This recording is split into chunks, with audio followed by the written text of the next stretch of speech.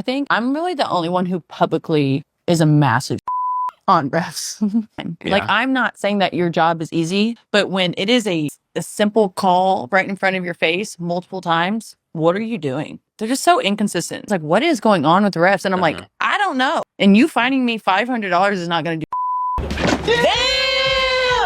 After calling them stupid, slow, and useless in a TikTok post, Sophie Cunningham just fired shots anew at the crooked officials of the W on her new podcast. And it appears that the refs got wind of it, and so they tried to get back at her in their game against Seattle. I mean, here's Sophie grabbing a rebound off a miss, then Tiffany Mitchell sneaks from behind and gets hold of the ball. At this point, this ref should have called a jump ball immediately. But see, Sophie has already been thrown to the ground, got wrapped across the neck and arms, and still the ref just stood there and called nothing. Eventually, the ref blew his whistle after like 10 seconds, and as you can see from Sophie's reaction, she just laughed it off as if she's already expecting that this kind of stuff will happen. But if you're going to ask me what's on her mind at this moment, I bet 100% that this is what she's saying at the back of her head to the refs. You're dumb as Yeah. You're literally dumb as Now, instead of whining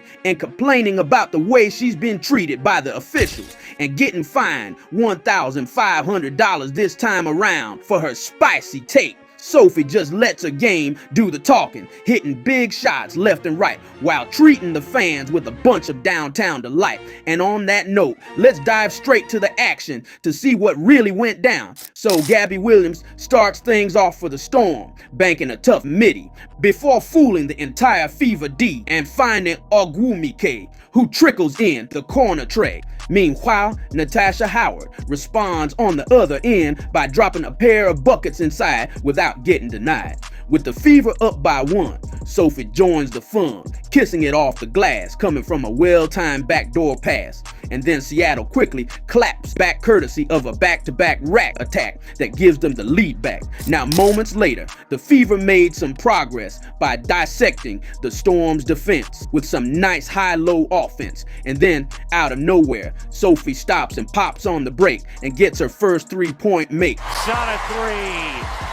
Went field goalless in the first meeting against. Anyway, with Sophie and the Fever starting to heat up, the refs, on the other hand, also began to cook up. I mean, here's Lexi on the attack, and as you can see here, Erica Wheeler draws contact. But lo and behold, no foul was called. Then moments later, AB pounds her way inside, and despite not extending her elbow on the drop step, the refs blow their whistles and say that's an offensive foul. The Fever bench was up in arms with the blatant missed calls, and even Caitlin, who's nursing an injury, also got up from her seat and unleashed some serious heat.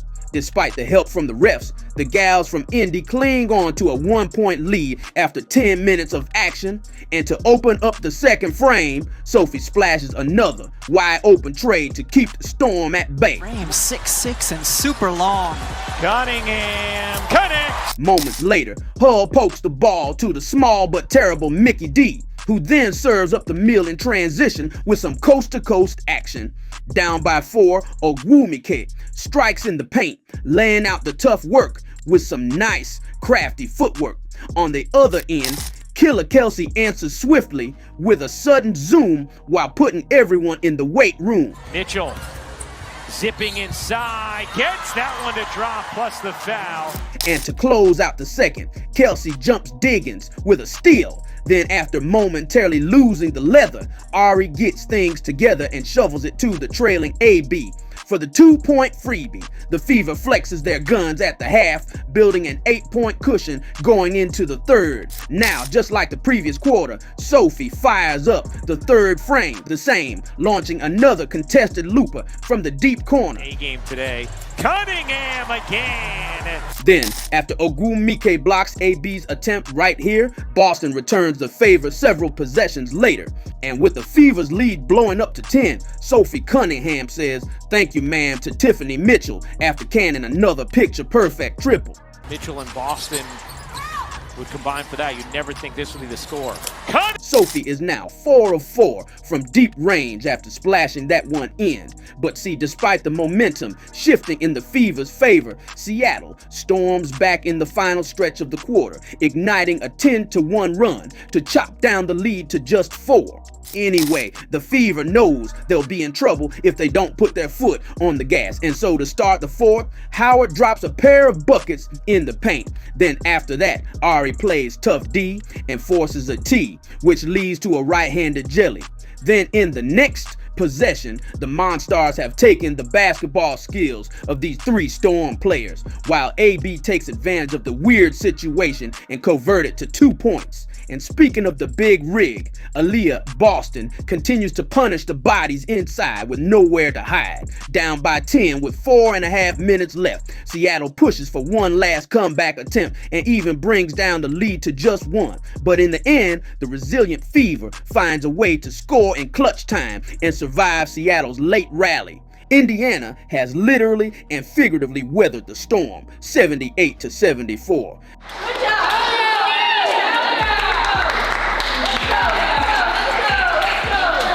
I'm really proud of you guys. There were so many ways in a close game and in game situation where we grew today that were huge for us, y'all. That will pay dividends. So great job. I'm proud of you guys. We dug in and got stops when we needed to. I mean, big time win, y'all. Big time win. Natasha Howard tops the scoring for the Fever with 21, while AB tallies another double-double of 16 and 12. But see, the real X factor in this one is Sophie, who posts an almost perfect shooting game, hitting 5 of 6 from the field and 4 of 5 from downtown, finishing with 17 points. The Fever just won their 5th game in a row with that victory, making it their longest winning streak in the last decade. Anyway, although Indy wasn't able to extend their winning streak to 6 after falling to the Sparks, the Fever still had a good stretch, and they're just now 1.5 games behind of the 3rd seed.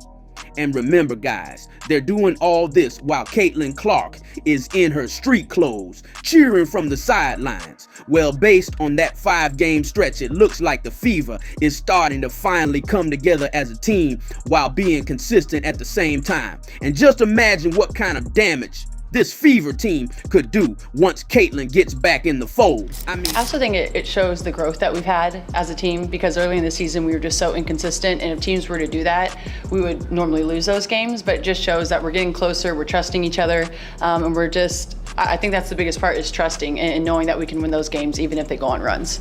I mean, I don't want to hype things up that much, but trust me guys, it's going to be a bloodbath for the rest of the league. Anyway, next up on the calendar is another date with the former Fever, Dewana Bonner, and the Phoenix Mercury. So, until then, this has been the Hoop Doctor saying ciao for now. Thanks for watching, and I shall see you on the next game recap. Peace.